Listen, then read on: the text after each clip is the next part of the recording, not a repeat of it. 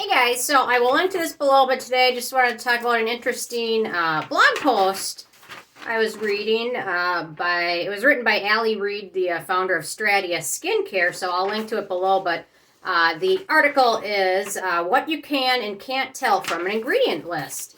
And she's got several pointers, so let's just go through them. Number one, she says you can flag products that contain certain ingredients you're allergic to or sensitive to, which is pretty nice if you know what you're allergic to. A lot of people don't, but you can go through the ingredient list and find, like, say you're allergic to aloe, because I heard from somebody a few days ago I was allergic to aloe, and a friend of mine is also allergic to aloe. So you can definitely go through an ingredient list, find the aloe, then you know you don't want to use it. What you can't figure out is which ingredient in a product caused a bad reaction just from looking at the ingredient list. So that's kind of tricky. So actually, I had this issue. This was one of the first products I really started using was the Urban Decay Eyeshadow Primer Potion, which you put on your eyelids before eyeshadow, and it helps your eyeshadow last longer. And I didn't quite know I was having a reaction to it, but I kept using it, and my eyes just got more and more red, flaky, sensitive, dry, red, just burning sensation. And eventually, going through the ingredient list, I was actually able to figure out which ingredient it was. It was bismuth oxychloride, I think is what it's called, which actually is not super totally uncommon to have an allergic reaction to. So you can't really tell from an ingredient list what you're if you're going to be allergic to it or not, unless you know which ingredient you are allergic to. So keep that in mind. And certain ingredients are certainly more problematic than others. Aloe is pretty uncommon, but octocrylene is one that a lot of people are sensitive to. So what you can find out from ingredient lists, you can discover what beneficial ingredients are in a product by scanning the ingredients and looking to see if it's got ceramides or licorice or retinol. You can't discern exactly how effective and efficient those ingredients will be in a specific formula.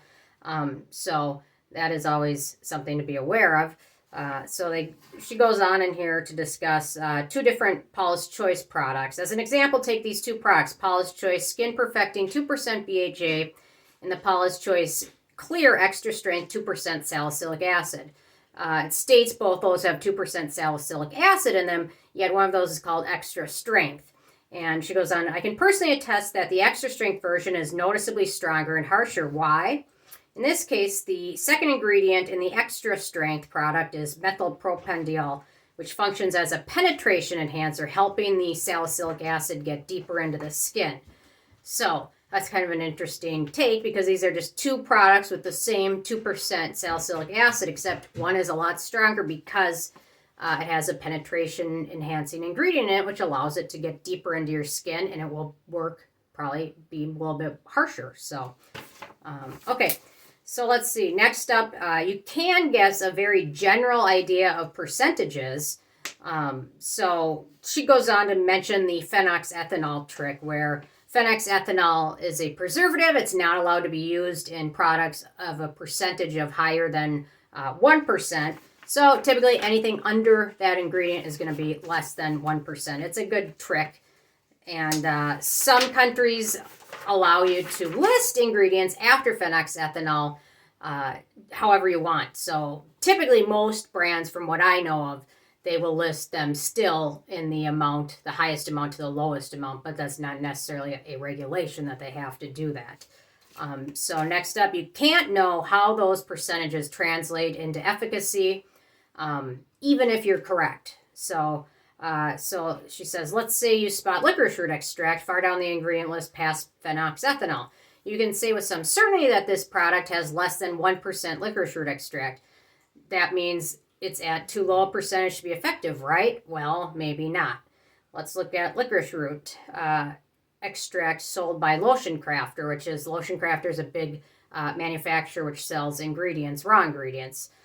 So they go, this is a raw ingredient meant to be used in a skincare formulation. They recommend using this product at a max concentration of 5%. If you look at the SDS, the product itself contains 1.5 to 3.5 licorice root. The rest is water, glycerin, and preservative. That means if you use this product at its max concentration, the final skincare product will have just 0.075 to 0.175 actual licorice root extract. That doesn't mean it's not effective. It's just that the raw extract is so incredibly concentrated that it's most effective in smaller amounts. Other types of licorice root may be extracted and concentrated in different ways.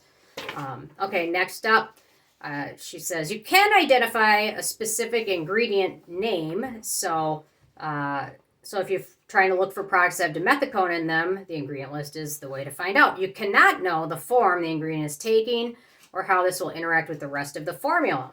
So let's keep going with the dimethicone example. It's an ingredient that gets some hate for allegedly forming a strong and movable film on the skin.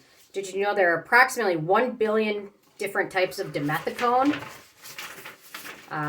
She said, slight exaggeration. Types of dimethicone are differentiated by a unit called a centistroke, or CST, which measures viscosity. Dimethicone can range from 0.5 centistroke, which is a rather thinner than alcohol and evaporates completely when exposed to air, to 100,000 centistroke, which is thicker than molasses and forms a strong occlusive layer. So the type of dimethicone is very low centistroke. You have nothing to worry about in regards of film forming because it's a volatile ingredient and evaporates at room temperature.